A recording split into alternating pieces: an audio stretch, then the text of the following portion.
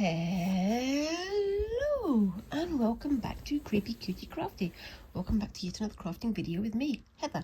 Hi guys, how are you doing this week? So this week I am finishing off this little project here.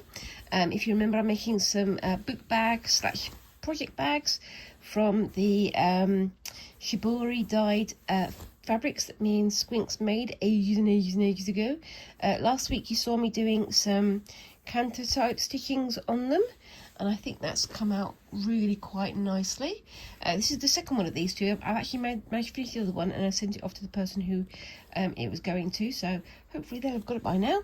Yeah, and I've done a little tucks on the corners there to make it a bit more square, so it's a bit more book shaped, and I can push that through there. And with this one I've lined it with this lovely orange fabric. Now it's kind of classical Halloweeny type things on there, but yeah, it's for someone I know has a bit of a spooky preference, a bit like me, but I'm going to finish this one off by adding just a blanket stitch around the edge, and just trying to make it sort of nice and finished off. I've got myself a nice sharp needle here, so hopefully it won't distort the fabric, but we shall see. Yes, I think I'm definitely going to be needing my this on for this one, because I've got quite a few layers to go through. You can see it's a little bit stiff. Now what I've done is I've layered it up with this stuff, which is foam interfacing. You can see how thick it is there, and that just gives it a bit of body, just so it sort of holds its shape, and if it's used for carrying books and stuff, it will protect it a little bit as well. So yeah, it's basically designed to keep books safe, essentially. So that is what we're doing now. So let's have a go. I'm not going to be super careful about this blanket stitching. Obviously I want to make it look nice because it's going to be as a gift for someone, but I'm just going to go around and oopsie daisy, try to get it into a sort of a nice line, and hopefully it'll look nice. I've gone for a bit of a contrasty colour, again keeping in with the sort of Halloween theme. I like the idea that these are sort of refined on the outside and a little bit spooky on the inside, sort of hidden spookiness, but you know me, I wouldn't have a project if there wasn't something a little bit creepified about it, would it? There's a reason why my channel name is Creepy Cutie Crafty, and that is because I do embrace the creep. So yes, it's funny, isn't there? There's good creep and there's bad creep, and this one is the good creep, I think. But oopsie daisy, is that going to go through? Nope. Let's try somewhere else. That's a bit easier. And I'm so glad I'm wearing this, because you can see this is starting to get a bit worn, so I might need to get myself a new one of those from the Creative Craft Show, probably, because I think I got this one from Clover. I suppose I could look on the website, but I do like to go to the Creative Craft Show and have a mooch, and I'll hopefully be booking that sometime in the next few hours. So yeah, let me know if you're going to the Creative Craft Show this year. What shows are you going to be going to? I'm starting to get my stuff organised. I keep saying that. I've said that for about 3 weeks now, haven't I? I'm getting my stuff organised. It just shows you there's a good chance that I may never actually be organised, because if I was, then you guys you'd probably faint from the surprise of it all, I suppose. Maybe, I don't know. So yeah, what I did was, once I got this constructed, I did a layer of, well, I did a sort of security stitch just there. There are some parts of it that aren't slow stitch, because I kind of want to save the slow stitch for the fun part where you're decorating. I don't want to use slow stitch for the constructive parts of it, because that to me it's a waste of slow stitch fun. But yes, so yeah, I'm still sort of planning for my next few events. After the book bags and the gold work are finished, I'm going to be starting on my white work project, or possibly my sashiko, or possibly doing in tandem, like I've been doing this in tandem with the pin weaving, just because I want to just get them started, I suppose. So I am trying to have a bit of a more organised way of doing things.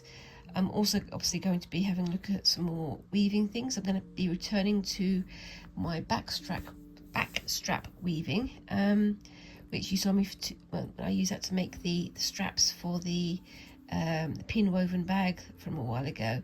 Now I've done a bit more research on it, and I've realised obviously that wool is not, or yarn is not quite the right thing for backstrap weaving, not for straps. There are some kinds of cotton that are designed for straps, so you can have straps for your bag or for belts and things like that. And I think I'm going to be looking into those and maybe doing a revisit of backstrap making within a few months. But I want to get the white work and the sashiko project started first, because I've been waiting to do this sashiko project for a long time, and the same with the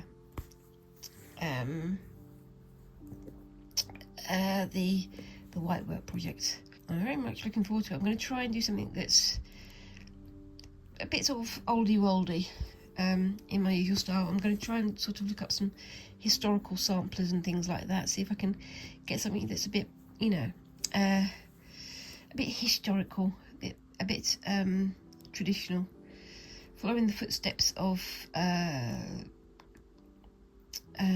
Catherine of Aragon. I think that could be quite fun. I know that she did the black work, but she did all kinds of embroidery, so I'm interested in finding out a bit more about that. But yes, that will be in a few months. Well, not even a few months, it's probably going to be a couple of weeks, because my gold work project is coming on apace now, and I'm looking forward to getting that finished and getting it posted. But yes, I'm still trying to work out what I'm going to do with the gold work project. I would really like, I think, to get it framed so I can put it up on the wall, because I'm really proud of what I've done with it, even though it's a bit shonky in places. I've definitely learned a lot from doing it, and yes, I'm looking forward to seeing what I can do with it. Yes, I'm looking forward to seeing how it turns out, and it's interesting because I can definitely see my progress, my changing quality as I get more confident with what I'm doing, and a bit more knowledgeable about what I'm doing, obviously. But it's like everything. You start off not quite so good, and then as you progress, it starts to come together, doesn't it? Yes. Anyway, so I'm also thinking about, because again, something I've been talking about doing for a long time is doing a doll remake. I'm still thinking of doing that. I've still got all the bits and pieces that I want to have a go at, but I've also, in the last little while, collected a few plushies that have come my way. Unfortunately, there's some teddy bear companies that recently came out with some spooky themed plushies, and I was thinking of making some garments for them. I think it could be fun and a little bit silly. I like to do some silly ones along with all the learning that I'm doing. Right, I'm going to have to tie this one off and come back with it in a second. So I'll be back in a sec. See you in a sec. Okay, so yep, I'm continuing with this one. I've done quite a big chunky blanket stitch here, because I want it to be sort of almost like teeth. I think it looks quite interesting, but personal taste and all that. I could have done a lot more delicately, but I didn't. Just going to move you a second, back in a second. So yeah, I mean, you guys know how to do blanket stitch. I mean, most people do, but in case you didn't know, I'll just show you how I do it. So basically, you come through with a knot on the back or stitch through in the back. In some way tie it up, go over the edge, make sure that this is inside the loop, pull it through, and then catch it on that side. And I've doubled up there, so it's a bit tricky to get it through, but there we go, that's better. There we go, that's better, like that. So there we go. But yes, I think it's looking pretty good. The problem is that you can see here there's a bit of a bump there. That's where the foam interfacing was doubled up, but that will flatten out over time. And I might even put an iron on there as well before I send this off, because I want to. There we go, and on we go. And yeah, I've turned this around because I can feel there that it's getting very, very thin. You can see there's a hole forming. So I've turned it around so I can use a bit of the leather thimble that hasn't been used yet. It feels a bit weird, but it'll soften as it goes on. This is pretty soft now, actually. You can make leather thimbles out of, well, obviously leather. But if you don't have time to make one, you know, you can always just pick one up from... well, I think it was Clover, I'm not sure, but you can get them at hobby shops and things, and craft shops, obviously. Talking of which, yeah, this year, as I say, I'm going to be going to the Creative Craft Show. Maybe I'll pick some stuff up there, but I'm going to try and visit more craft supply stores and things like that, so I can have a good old shop around. There's a few places that I would like to visit. When I was a student, back when I was in Wrexham in Wales, I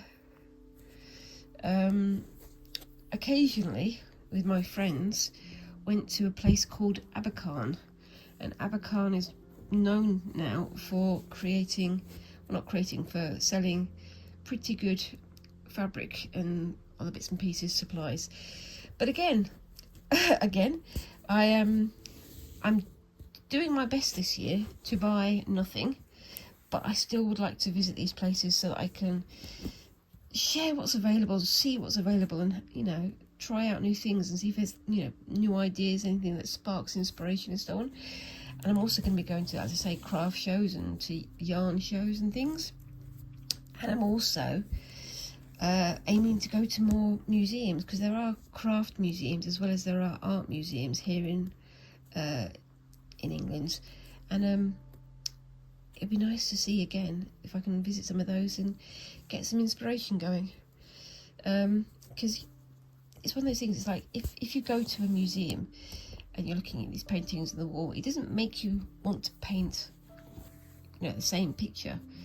It can inspire you to look at the world in a different way, or to explore how that, you know, sentiment was expressed in that painting, but how would you have done it differently? So when you go to craft museums, you might see something like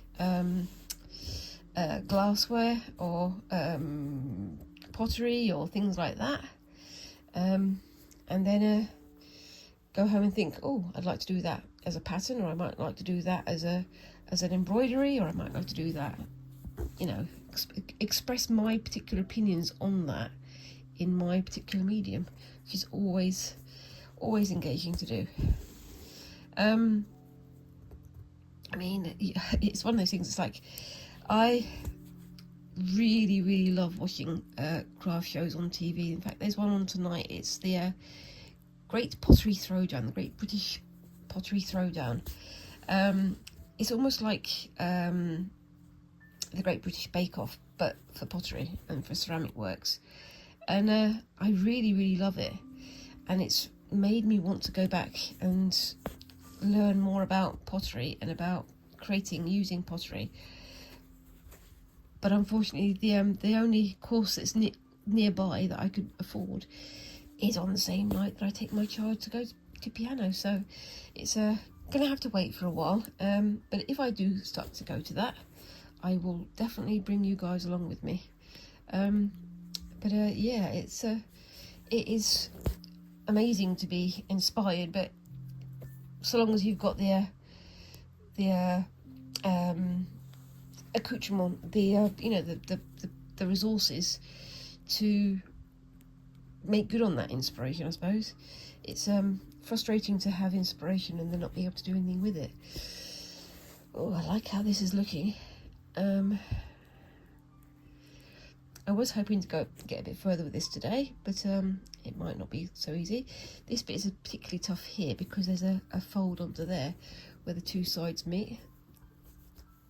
Wow, there we go. It's getting through, it's just taking its time. It is quite tough though. I haven't made it easy for myself with all the layers that I've got going on here. But the finished thing I think is looking pretty good. And same as usual, when it's finished, I will take a photo and put it at the end of the video. I've already taken a photograph of the other one that I finished because that's already gone to the person who it's being sent to. But I'll put a picture of that at the end of the video as well, so you can compare and contrast. This one's a bit more fiddly because I'm putting more detail on it for various reasons. But yes, I think it's looking pretty good. I really hope the person this is going to likes it. I hope so. Anyway, so this has come to the end of this one, so I'm going to just tie that off and I'll be back in a second. Oopsie daisy. Okay, so what I'm doing is I'm coming in on the inside from fairly far away with, oopsie daisy, a knot on the end of my thread, coming in through where I was there, doing a little tiny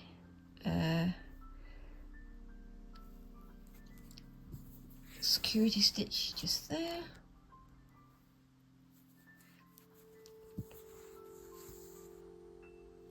And then I can come back in and cut these off later. There's one there, and there's one in there as well, but I'll get that later.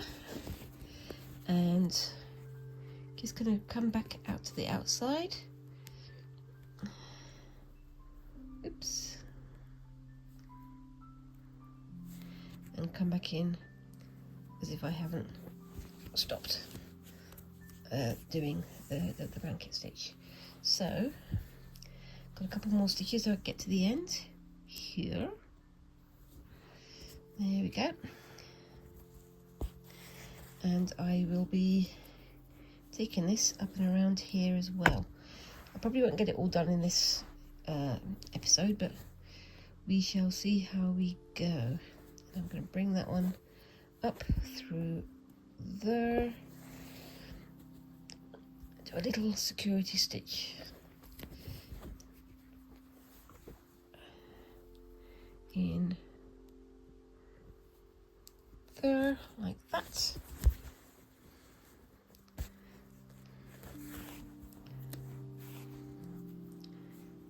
And then I can come back up through there. So it's back inside there. Because if I'd have done it straight across, it would have slipped down, wouldn't it? So, and then coming through there. This is going to get awkward because I'm going to have to do it by crinkling it up, but we'll see how we go. And that goes in there. The foam interfacing is very, very springy, so it's making it a bit sort of hard to wrestle it into position. And on we go. I'm going to make this one a bit shorter because I've got that little point there, so I don't want it to sort of lose its shape. Let's have a look. We've got a bit of a knot there as well. Yes, we do. There we go. Let's deknot it and get it sorted. Come on. Just trying to separate it out here. There we are.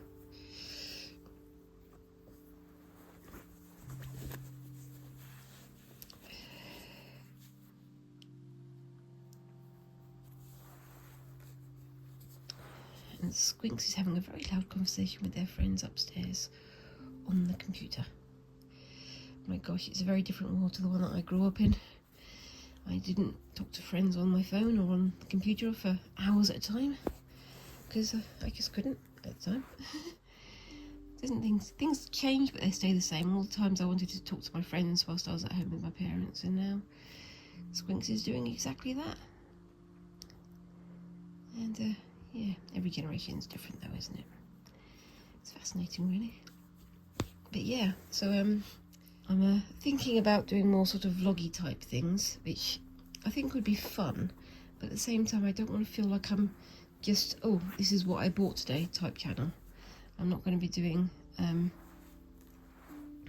haul videos every week, because I wouldn't be able to afford that. There might be a few Thrifty Thursdays, or look what I got from the craft show type videos, but not very often, because I am, as I say, a bit stony broke, especially after Christmas. But we'll see how we go. I always say my excuse for the creative craft show is it's very, very close to my birthday, so I let myself be a bit less uptight about what I'm spending. But at the same time, I can't spend infinite money because I don't have infinite money, same as most people. But yes,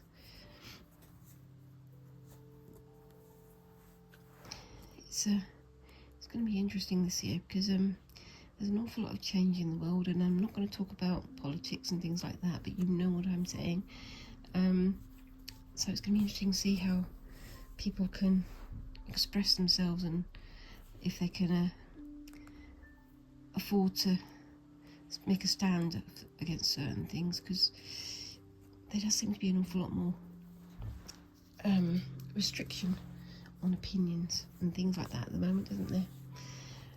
Right, so it's going to be fascinating, as I say, and I hope that everybody is staying safe. This is all I can say. We get a lot of cold weather here, but I know it's a lot colder in certain parts of America, and obviously Canada, and places where they're more prepared than we are. But also I'm aware that there are bushfires and things in Australia. So again, I just hope everybody's safe and hope you're all good. Right, before I get to the end of that, I'm just going to park my needle there, and I'll just show you what I'm planning on doing with this one. So I've got this coming over like this. I've got a I think this is antler bead that's gonna, or button that's gonna sit there, and I've got one of my finger loop braiding. This was one I did way back at the start when I first started doing finger loop braiding, and I think I'm going to use that as the loop. I'm not going to use the whole thing, I'm going to cut it down to size, but I think it's going to look quite nice like that. Then with the, where did I put the button? Is it on here? It's underneath, hidden. I think that could look quite nice like that. What do we think? But again, keep your eye out for the end. I might change this, I don't know, but keep your eye out for the end of the video. And I will keep sticking on here until I get to the end of this half an hour, and then I'm going to get on to the next bit, which I think I'm going to be doing some more pin weaving, because somebody was asking me last week about how I finish my pin weaves off, and I'll just give you a quick demonstration of some of those, but we'll get to that in a bit. Okay, so I will sign off for this bit. So I will finish this bit off screen, and like I say, as always, keep an eye out for the end of the video until you, so you can see what it looks like in its final glory. And in the meantime, hang tight, and I'll be back for the next bit in a second. See you in a bit. Bye bye. Okay, so I'm back, and as you can see here, I'm having another go with pin weaving.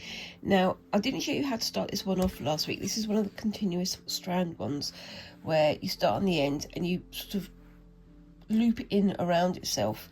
It's a bit complicated, and getting my head around what it is that I actually need to do is kind of interesting, but it seems to be working out. I actually do kind of like this version of it. I've done several of these triangles now, along with several of the squares, and some of them are like this one, where I've done almost like a straight weave, and then you've got the others that follow this sort of looping loop type thing, but they all wind up looking fairly similar. That one's kind of a nice close weave. That was the first one that I did, and I'm quite pleased with how that one turned out. But I've got a few more left to do. As you see, I've got quite a lot of squares, but I need to get quite a lot more triangles finished, and then I'm going to start putting this together so I can see exactly what I need. But I'll talk to you about that in a bit. So yeah, you've got all kinds of different triangles there and squares, and there's a little tiny one that I don't know how I'm going to fit that in, but we'll see how we go.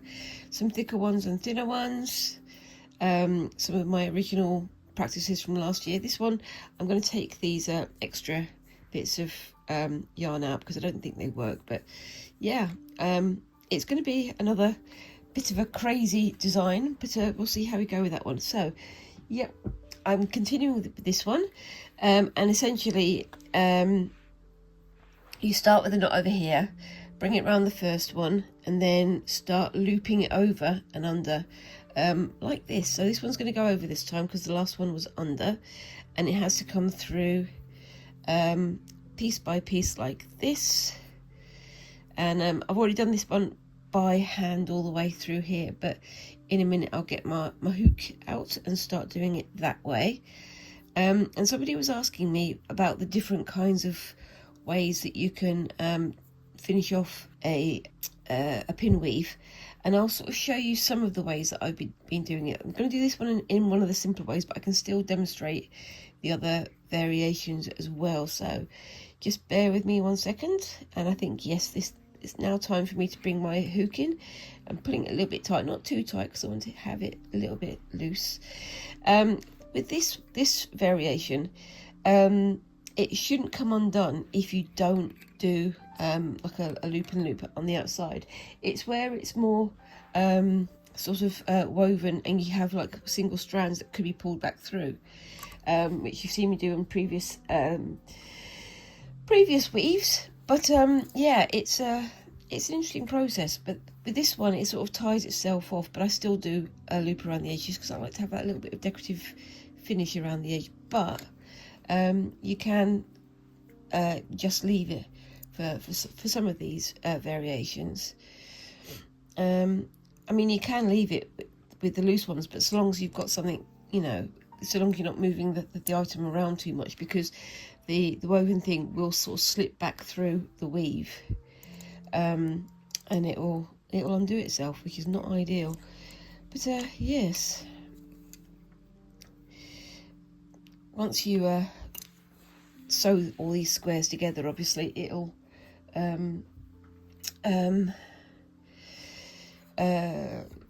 be tight, so it can't come undone, like it was with my pin woven bag that you saw months and months and months ago. Well, it's probably not that many months now, is it? It's only a few weeks, really. It feels like months. Time is going past too quickly at the moment. But yeah, so I'm having a look at this, and I'll start stitching these together so you can sort of see what I do with them, and we'll see how we go from there. So you can see I'm getting to the last loop there now. There's only space here to pull one strand through, so I can't do the pullback thing like I was doing earlier. So what I need to do now is measure out a length of this. Now if it was just on a square, I'd go around 4 or 5 times. Because this is a triangle, I only need half as much. So going up to the opposite end of there, and I'm going around 1, 2, 3 times, and that should be enough. I'll give myself a little bit extra just in case anyway. Coming with my shish over here and do a snip. I always err on the side of caution when it comes to the length, but the little bits that come off at the end, the little bits of extra yarn, I put them to my orc jar, onto my sort of scrap jar, or if I've got, oops, sorry, punching in the camera as is traditional, I've got these little odds and ends here from previous weaves that I can use to sew the the squares together, which is what I'm going to be doing later. So I'll show you what I'm talking about when I get to that point. So I'll get my hook, just make sure these are sort of separated enough, and just start bringing it through. When I first started, I wasn't quite sure how to do this bit, so I just had a double one in the center, which made no sense. It looks a bit wonky. I probably got some pieces like that in the squares that I've got, but putting it through like this does make it look a lot more balanced. And also, once you've pulled this one through, the overall design should hold itself steady, so it should at this point be stable enough that you can pull it off the frame, and it'll just hold itself, you know, in the right shape. But that's not what I'm going to do. So what I normally do, or what I sometimes do, is oopsie daisy, let's get that back through there. I put that one through there, and then I draw it down to the back,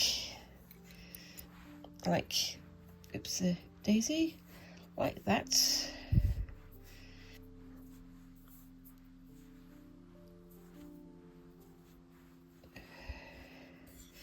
And then I can come from here, and then I go into the next hoop loop there, hook it through, pull it through, and then from there just continue round, put the hook through, grab it underneath. You can do this with a crochet hook or something like that. I've seen people do that as well. And then pull it through, and you can do that all the way around the edges, a sort of nice edging, and that comes out looking like, where is it, not that one, looking like, ooh, I've got one here, I do, there we go. So it looks kind of like that, going around the edge. Another way of doing it is to go around the edge and do a knot on each of the loops, and that holds it very firm and steady, but it does mean you have like a lumpy edge. It's not too bad because you can pull it tight and make it even, but also there's a chance that the knot's going to knot in the wrong place and you wind up with a loop like that sort of sticking out. But that's not what I'm going to do with today's one. Today's one, I'm going to put that on the side and grab my nice thick chenille needle. Am I going to be able to do this one today? That's a question. Can I get the needle? Can I thread the needle without any assistance? Let's see. It's a really big eye, so it shouldn't be too difficult, but because these yarns like to separate, it does have a little bit of difficulty to it. So, and if you weave them or whatever, they do get to floof up a bit because of rubbing against themselves, so they sort of get not quite felted but a little bit floofy, so it's a bit difficult. So what I'm going to do with this one is I'm going to push it up slightly around the edge, and then I'm going to come in from the second one there, excuse me, and pull that nice and firm, and then I'm just going to do like a running stitch, just going around like that. Oopsie daisy. And this is where you do need two hands to make sure that this end doesn't get knotted around the pins or around itself, because that happens quite a lot. And then continue. I've given myself extra yarn because then I can do like a double back stitch type of thing, if that makes sense. And you can see that looks quite nice. And what I did with that one on my my last week's pin weave was this. So that is again a double back stitch, but I sort of looped one around, I looped the second one around the first one to give that nice little twisty edge there. And then after that, all I do is put the end of the thread of the yarn in, and I sort of weave it around what's through there and poke it through the end and snip it off there. That just means I've got a little bit extra to weave in if there's any problems. You can also use that end, obviously, to stitch the squares together if you want to. It's just a little bit of extra just in case you need it.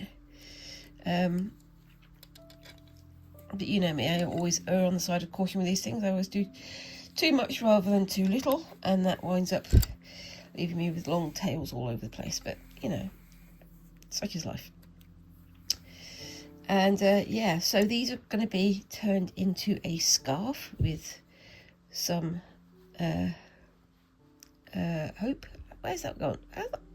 Oh no, it's gone through the wrong way. So I'm just going to bring it back up through there. Somehow that one's up on the outside. I must have moved it funny.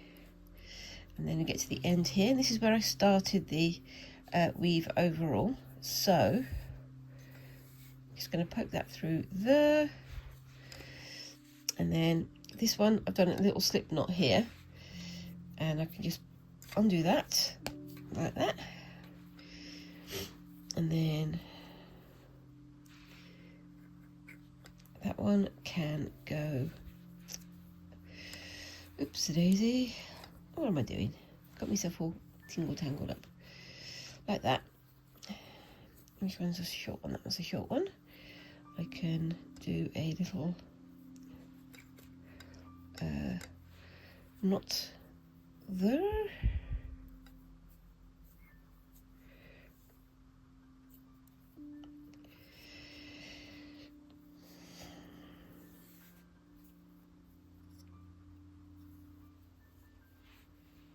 Like that. Again, don't pull too tight, otherwise it won't want to come off the pin. And that piece there can either be used for, as I say, sewing them together, or just woven back into the project over here. And then I get my needle and I continue going down here. I'm going to try and do it the opposite way to the loop, so it's kind of going the opposite way to the previous. Is that the right? Nope, I'm going to go that way, I think, because that's the opposite way to the previous line on there. That should make it nice and decorated like that.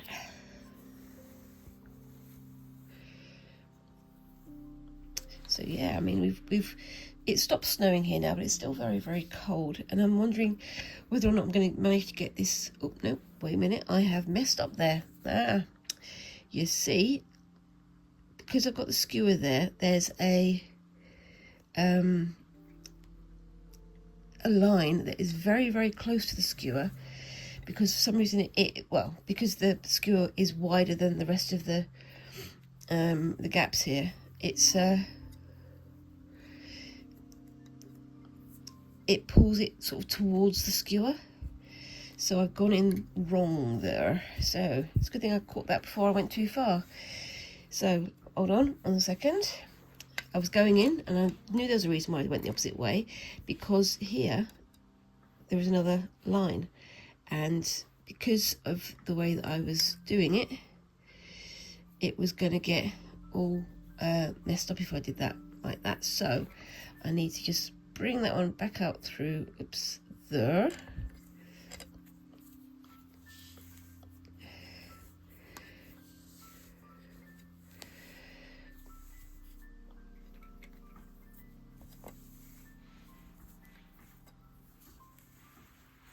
There we go. And remember that that one's there, so I can push that one that way a little bit. And then I'm going to come back in there. So it goes the opposite way again. There you go. That's why you've got to keep your eye on the ball, or the eye on the thread. But there we are. And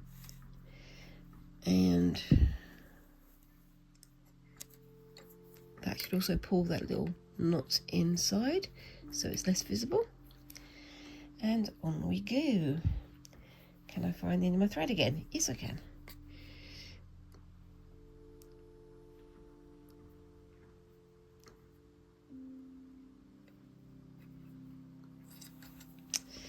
And there we have it. So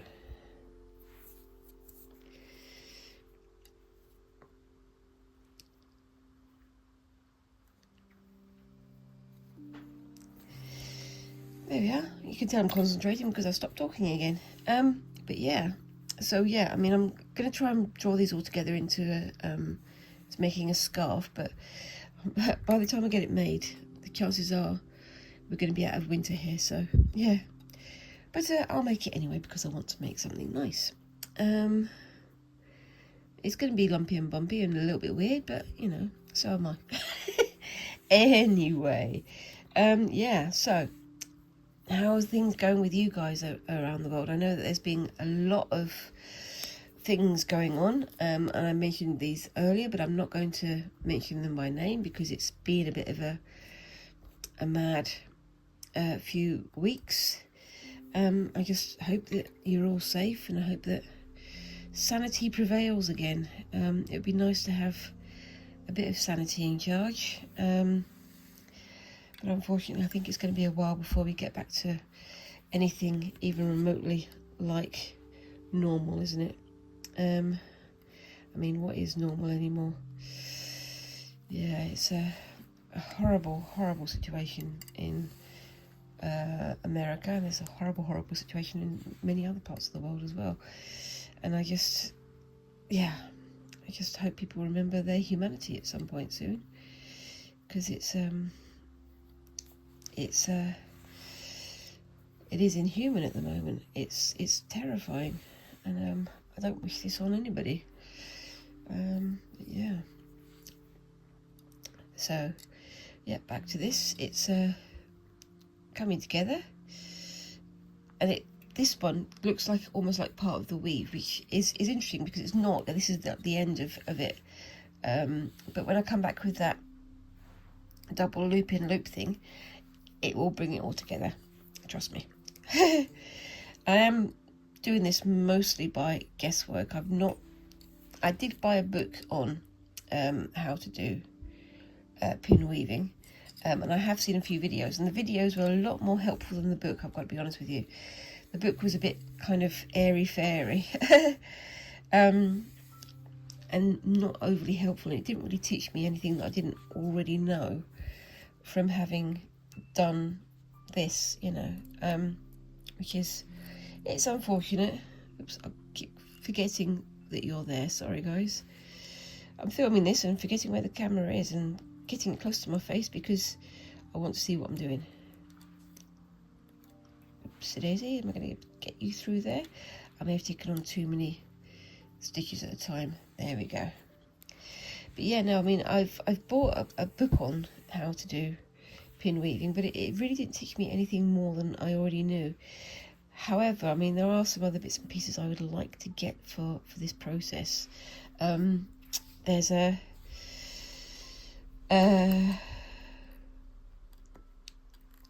octagonal, or I think was it octagonal? No, I think it was a hexagon. So with 6 sides, which I think could be interesting to make some hexagonal patterns and hexagonal designs for future projects. I don't know though.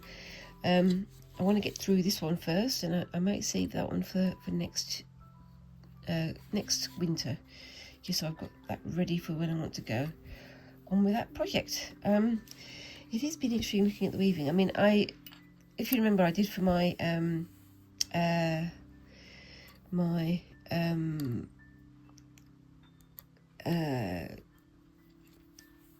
pin loom bag, I made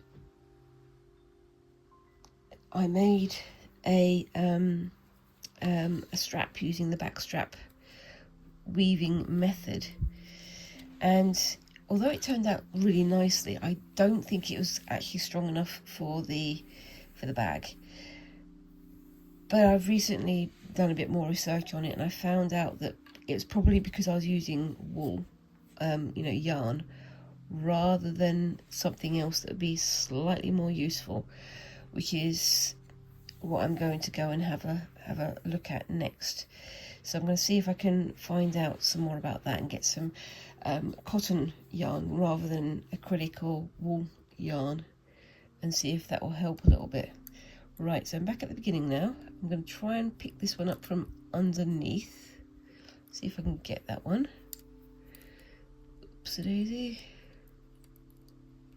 I'm going to have to go back through it, I think. Oops. There we go. Come on.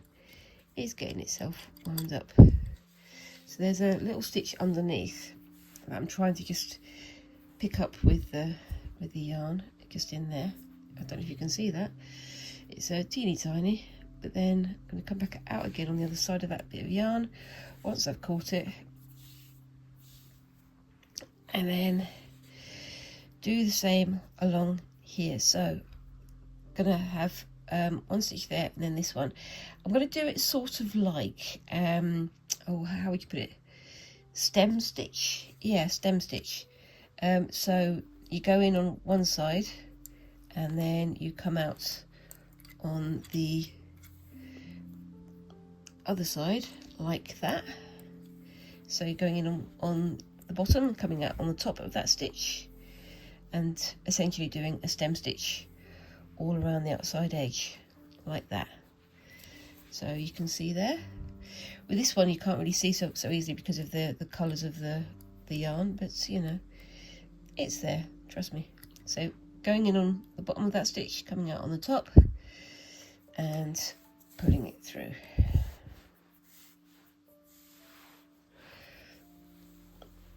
like that, and you get a nice little sort of twisty effect on there, which I think is quite attractive. I mean, you don't need to come around the second time. You can just leave it with a simple running stitch if that's what you prefer, but I like to have decorative edges on mine. And yeah, I'm definitely continuing with my experimentations in pin weaving and seeing what I can do.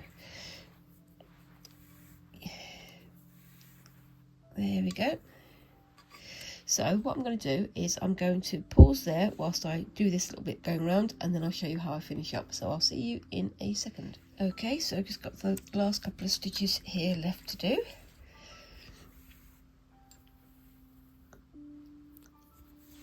And just bringing that into there.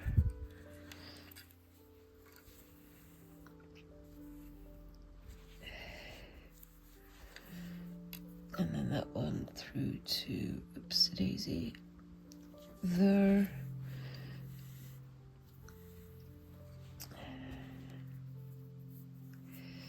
Now that I'm at the end here, I'm just going to bring that loop up under there like that, just so it catches on itself there, creates a nice little twist on the edge. And then gonna come in, oopsie daisy, there,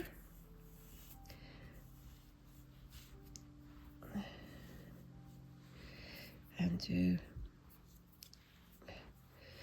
a little knot, just so it brings it, sorry I keep going off screen, sorry, just so it brings it all together.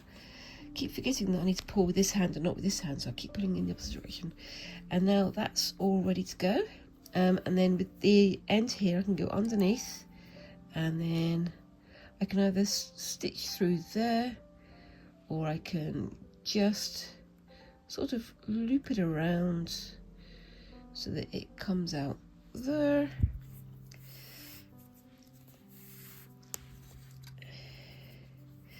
I've not yet worked how to do this bit perfectly, but it's, you know, it's something that it'll get lost in the overall design, I think.